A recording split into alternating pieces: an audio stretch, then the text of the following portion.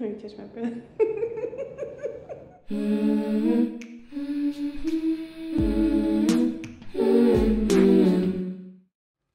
What's up, guys? Welcome back to your favorite podcast by your favorite black girl who just happens to be chemically imbalanced. We're on episode 22, and today's episode is going to be short, light, and just enjoyable. Let's just chill today. Let's just chill. Before I get into the episode, I do want to state the very loud and disrespectful obvious. I'm doing some traveling. I'm back home in Virginia Beach. I was supposed to be visiting a family member, but now I'm staying at a friend's house, and I'm recording in her garage.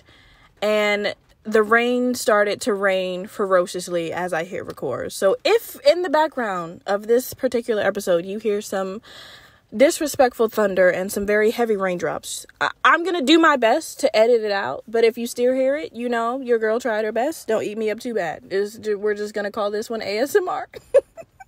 But I do have a few stories that I want to tell you guys on today's episode, and the first one is gonna sound so bad, but I promise it's hilarious, to me at least. Hopefully you guys think so as well. So I want to tell you guys about the first time I realized that I wasn't that good looking, right? Like, when I call myself ugly, I know you guys are like, oh my gosh, you should not say that about yourself. And even people who listen to my podcast and know me personally, they're like, oh my God, you're not ugly. I hate when you say that, okay? But we all know what a naturally pretty person looks like, right? We all know those people who can take it off guard and look like a fucking runway model. I, however, am not that person. If my face is not 1,000% prepared for a picture, I'm going to look like a fucking bridge goblin. And so that's just that. Like, I find no reason to lie to myself, right? I keep it very, very, very, very honest. So this story takes place when I'm in 4th grade, right? Now, it's the end of the year, and at the end of the year at this certain school, we just did projects. We just did a bunch of projects because the teacher didn't want to teach anymore, and she was like, you know what, put a fucking turkey on a piece of paper and you got an A. I'm sick of y'all, and I'm ready for y'all to get the fuck out. So this particular day, we were doing silhouette projects. My teacher brought out a projector light, and we had to hold whatever we wanted up to the light to trace the silhouette on a piece of paper. Beautiful idea, right? Some people did their hands, some people made like finger animals, some people did like a pencil, and some people did their face. And so me, as a very vulnerable, innocent, confident 4th grader, I was like, oh, I'm gonna do my face because that's not gonna make me sick to my stomach. It's not gonna ruin my life if I see what my side profile looks like. I'm gonna do my face like everybody else. So I don't know why, but the whole class was very excited about this project. Like, there were just like murmurs and excitement, and just everybody was super excited to trace a silhouette. We also had never heard the word silhouette before, so I think that's where most of the excitement came from. So, it's my turn to go up to the projector light and put my very, very young, again, innocent face up to the projector light, and I turn to the side because that's how you get, a silhouette of a face. And I should have immediately known that there was something wrong because there was a specific silence that fell upon the room as I turned my 4th grade body to the side so that light could hit my face, right? It almost seemed like everybody took a glance at my shadow and was like, damn! And nobody else was concerned about anything else other than my side profile, right?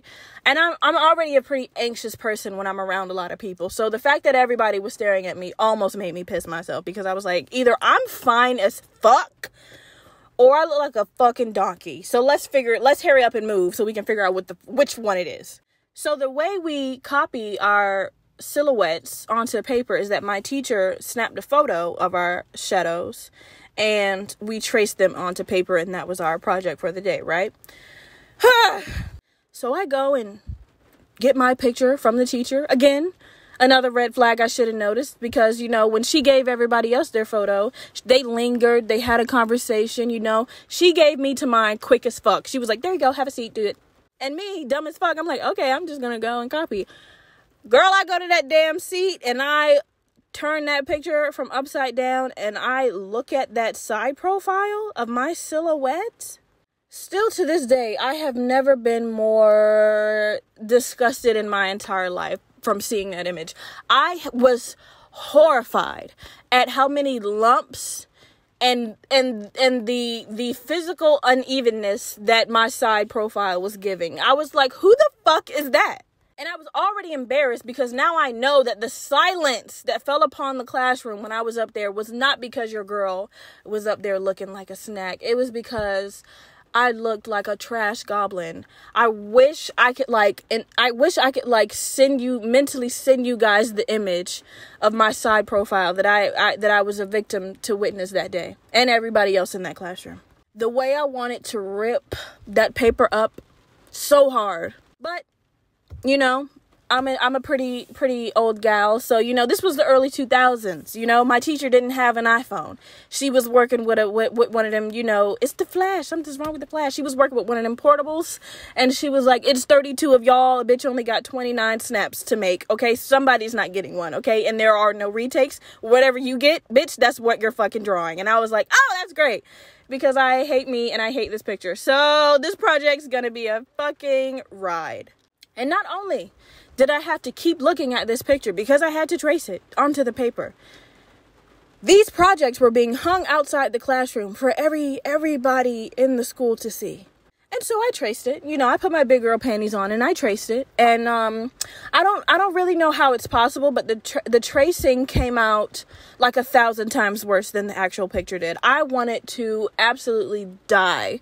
And I think that's what started a lot of my facial insecurities, because I was just like, is that what I look like when I turn to the side?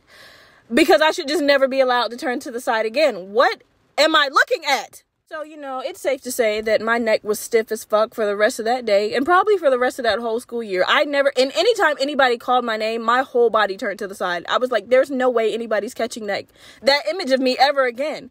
You can never see me like that ever again. I will not be caught lacking. And that, I'm pretty sure I just trauma dumped on you guys, because I didn't even remember that story until I saw I didn't even remember that story until recently. I saw a silhouette of the side of my face, and I forgot. I trauma blocked that story out because I forgot how much I hated my side profile, that when I saw it recently, it just brought it all the way back up. And I was like, oh, there it goes. But yeah, guys, that's just my little story time. If you ever want to genuinely know how you feel about your face, turn the fucking light off and just stand to the side. And I promise you, it'll tell you more than you ever wanted to know about your face. All right, guys. So the next thing I want to talk about is something that I find deeply, deeply true. And it's going to lead me into another story time. Like I said, today's podcast episode isn't going to be about anything specific. I just want to share some stories with you guys.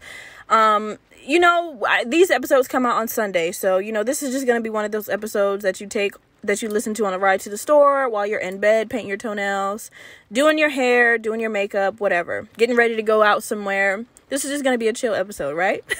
But the next thing I want to talk to you guys about, like I said, I really, really do believe this deep down in my heart, is that having an annoying voice is so much worse than being ugly. And let me cook for a second. Let me explain. Hold on. Because even though I call myself ugly, and I know for a fact there are people in this world that genuinely think I'm beautiful, that genuinely think that I'm attractive. Ooh, this rain is raining. I really hope I can edit this out, because it's doing me dirty right now. That's crazy. But like I was saying, even if a person is labeled ugly, not everybody is going to think that that person is ugly. And a personality can do 1,000,000 times what a face can't. You know what I mean? So there's ways to work around being ugly or not conventionally attractive. But when you have an annoying voice, which means to even open your mouth causes physical pain to people, I think that you just cannot get past that. I think that's something that's really, really difficult to just firm, you know? Because we've all seen it. We've all seen somebody or met somebody that wasn't attractive when you first looked at them. But maybe their sense of humor, or maybe their voice, or maybe something about them made them attractive more and more, you know, over the course of, you know, however long you've known them.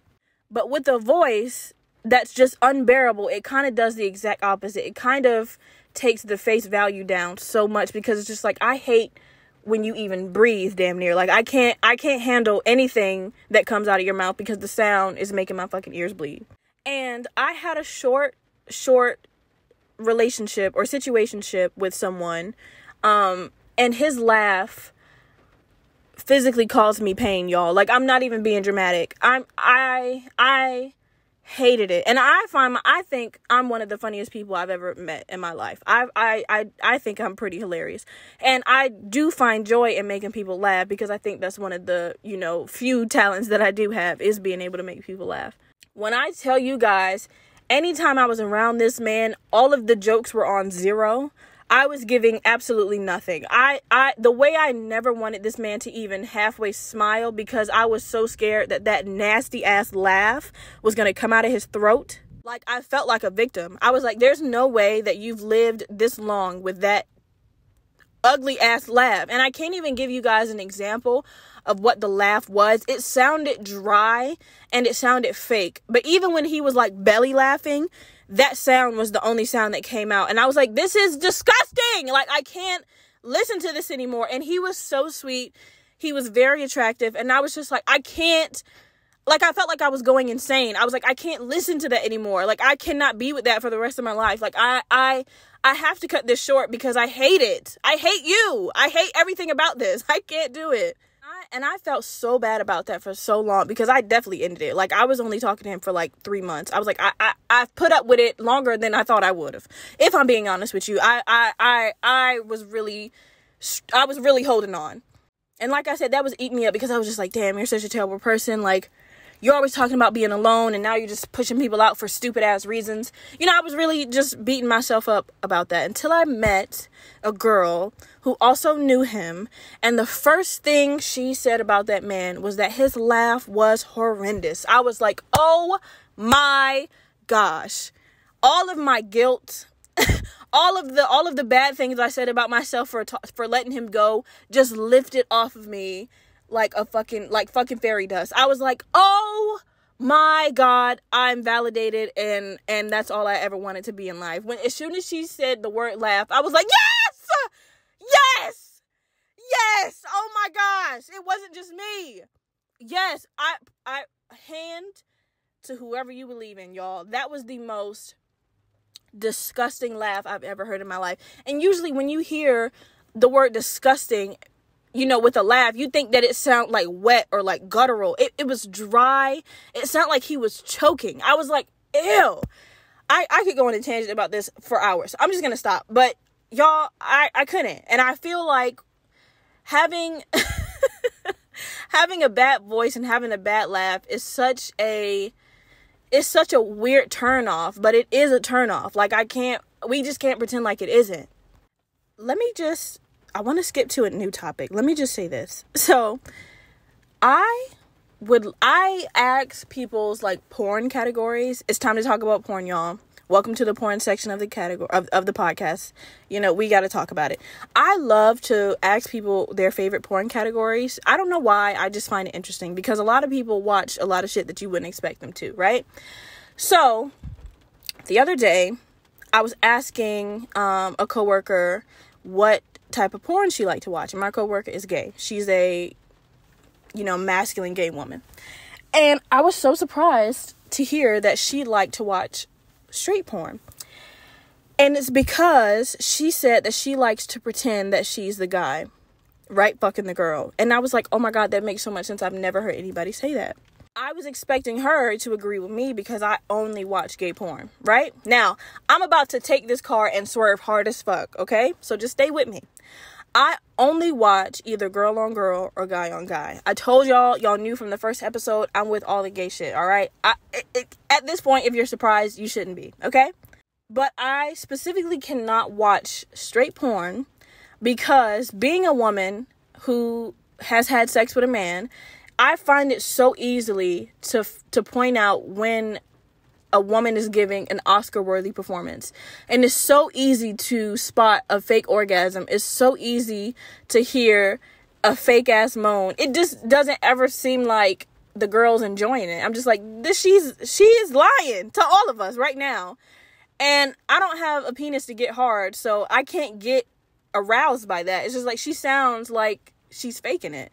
And that just doesn't do anything for me. Like, unless it's one of them video phone, Snapchat type of porn videos, where somebody random just uploaded it, and they was like, oh, hey, here's our shot, unless it's like in a car or on somebody's couch, but when it's like those production straight porn videos, I'm just like, this bitch is not enjoying herself whatsoever. And this man is probably off.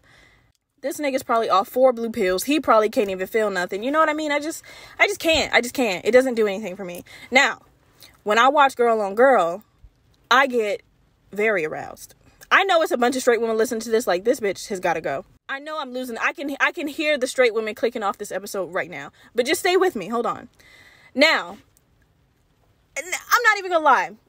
I know straight women watch girl on girl porn. I know y'all do. So I don't even know why I'm acting like I'd be losing y'all. I know y'all do. I've met several straight girls that watch gay porn. So whatever. But let me tell y'all the appeal, which I have to fight for my fucking life every time I try to tell somebody this. When I tell people that I watch guy on guy porn, everybody's like, oh, this bitch is tripping. Like, how? I find it kind of hot. I don't know why. I just do. Like, I like gay shit. You know, I like men. Put those two together, I don't understand why that wouldn't turn me on. You know, I don't mind it at all. Now, I can only watch black gay dudes together. I don't know what it is about white gay dudes fucking each other that my mind can't handle that. I can only watch brown skin on brown skin. Okay.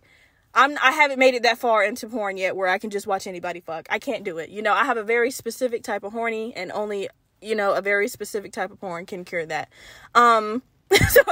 So yeah. But if you haven't watched guy on guy porn, I recommend you give it a shot. You know, now if you're, you know, not into that, that's fine.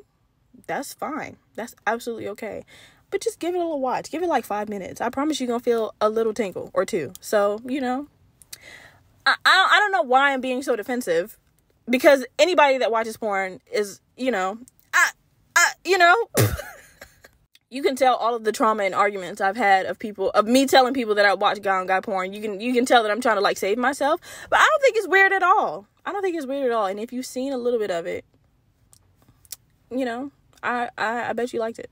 I haven't run into anybody that has like weird porn, you know, category preferences, but you know, I might have, and they just might not have told me the truth. You know what I mean? The weirdest thing, or not even the weirdest, because I don't kink shame. I'm into all sorts of freak shit, but I think the most I want to say uncommon porn category I've heard somebody tell me they watch is like with old people, like grandmas. And I was like, oh, okay, that is specific as fuck. That actually, that's not something I would personally type into X videos. But you know, if you like wrinkles, hey, get on with your kinko. I don't know what to say about that. Like, I can't kink shame, but I also want to know, like, what is the how do you find old people having sex like arousing? But you know, hey, I was just talking about guy on guy, so you know, everybody has their thing. But also, I think it's different when it's not just two old people, but when it's like a young person and an old person.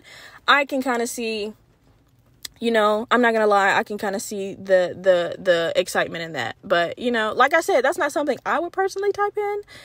But you know, go off. And then y'all know I'm an anime head, so I do like a little bit of hentai every now and then. You know, not a lot, because, you know, I like to watch cartoons on a regular basis. Like, I'm an Adventure Time, you know, Amazing World of Gumball type of bitch. So I don't want my freak nasty time and my cartoon time to like coexist. You know, I start to feel like a freak, and not a good freak. Like, I start to feel like a weirdo. Because, you know, when I watch cartoons, I like to, it's for nostalgia and for my inner child. Like, I don't want my inner child to see like her cartoon fucking. Like, so I don't watch a lot of hentai. Just a little bit, you know. And then also, back in the day, when I didn't have access to porn, or I didn't know any porn websites, I would just read it. So that's also something I still do, if, you know, if I'm feeling a little frisky. And listen, I know y'all weren't expecting me to talk about porn today, but listen, don't kink shame, okay? Because I know you listening right now, yes, you got some kinks in there that, you know, you don't want nobody to know about. And it's okay. I want to let you know something right now. It's okay. Whatever you do in the dark, I bet it's very fun. So don't feel bad. All right. So I do want to talk about something pretty deep, but I'm going to save that for the last thing. Actually, no, I'm not. I'm going to talk about it right now. So I saw a TikTok maybe a few days ago. Y'all know most of my like conversation inspiration comes from TikTok, because either it's some stupid shit or some shit that I'm just like, wow, I never thought about that. And so I saw a video, hopefully one of you have seen it, and this girl was basically saying that hypothetically, or not hypothetically, but it's this is something that's, you know, possible, that when you're not confrontational, you can't develop any strong relationships. And when she said that, I was like, oh my gosh, I feel like that's true about me specifically. And I want to tell you guys a story about something that happened to me recently with a friend that sentence perfectly describes. And it's just because basically she was saying that when you have strong relationships, the things that make them strong is the ability to talk about heavy topics, or the ability to bring up uncomfortable situations, right? Or the ability to bring up, you know, just feelings between you and that person. And I am not a person that can do that, right? Unless it's like my family or my parents, I can't just talk about my feelings willy-nilly. I mean, I can, but I rather not. Like, if I do, it's because I really, really needed to. But 9 times out of 10, I don't, and I won't, right? I'll just let it go. So I want to tell you guys something that happened to me recently with a friend that I had to let go because I'm not confrontational. And if I would have just been open about my feelings, then this is a friendship that I could have salvaged, but I just didn't. And so I didn't. So I'm gonna try to condense this story so bad, because it's a long story. But I want you guys to just get the point so I can explain the end. So long story short, I had a friend who needed my help with confronting her boyfriend who was ignoring her for like 3 days, right? She asked me if I wanted to go to his house with her to confront him. And I was like, hell yeah, I'm down. Bitch, we'll pop that nigga's tires, you know, if he don't answer the door. Like, I'm with everything. Like, that's the type of friend I am. I was like, I'm down with anything, right? So before she asked me to do this with her, I had to pick up another friend from work at a specific time. So I told her, I'll go with you as long as you take me back to my car so I can pick up this friend at the time I'm supposed to pick that friend up. She was like, all right, cool. I was like, all right, bet, let's go. Let's do this. Either we gonna solve some problems, or some niggas not gonna be able to make it to work tomorrow. Like, I'm ready. So this is me condensing the story. Long story short, we get there. She goes inside. I go back to her car because I don't want to go into his house. That's not my man. So I go sit back in her car.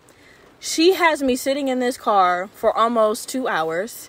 I'm texting, I'm calling her because I'm afraid, like, maybe he's beating the shit out of her. I mean, for no reason am I thinking that. Like, he's never given me any reason to think he would put his hands on her. But I'm like, why is she not answering my text messages? Why is she not picking up the phone? So at this point, I'm about to go, like, Sparta kick his fucking door down, because I'm like, why are you not answering my calls and my text messages? And you have made me severely late for picking up this friend that I was supposed to go pick up. Like, it's been past the time, like an hour past the time I was supposed to go pick him up, and we are still at this man's house. Like, you are not answering my phone calls or my text messages. What is going on? So eventually she answers me. She goes, I'm coming. They both come out of the house. They're laughing, you know, they're hugging on each other, kissing and whatever. That pisses me off, because I'm just like, okay, I'm over here thinking you getting your head knocked between the washer and dryer. I don't know what the fuck you guys were doing in there. You know what I mean? Clearly everything is honky-dory, because y'all done came out hugging on each other, kissing and shit, and I've been sitting in this car sweating my ass off, late as fuck, to go pick up my other friend, right? And you just don't seem to give a fuck about my time or what I got to do, right? All you care about is that nigga, and you know, I was really upset. And this is the part where being non-confrontational loses you a lot of shit, because had I would have just turned to her in the car, I was pissed off. I didn't say a damn thing. I was like, just take me back to my car. When I'm irritated, I'm so visibly irritated, I can't even hide it. Like, I was livid. But had I been open about my feelings, had I turned to her and was like, I feel like you wasted my time. I feel like you don't value my time. My feelings are hurt because it doesn't feel like you care about me. It feels like you only wanted me to come with you to make yourself feel better about this situation, or to save yourself some embarrassment. I don't know why you even had me come here with you, because it looks like everything is fine. I don't know what y'all were doing in there. In my mind, what y'all were doing in there is pissing me off, so I don't even want to know.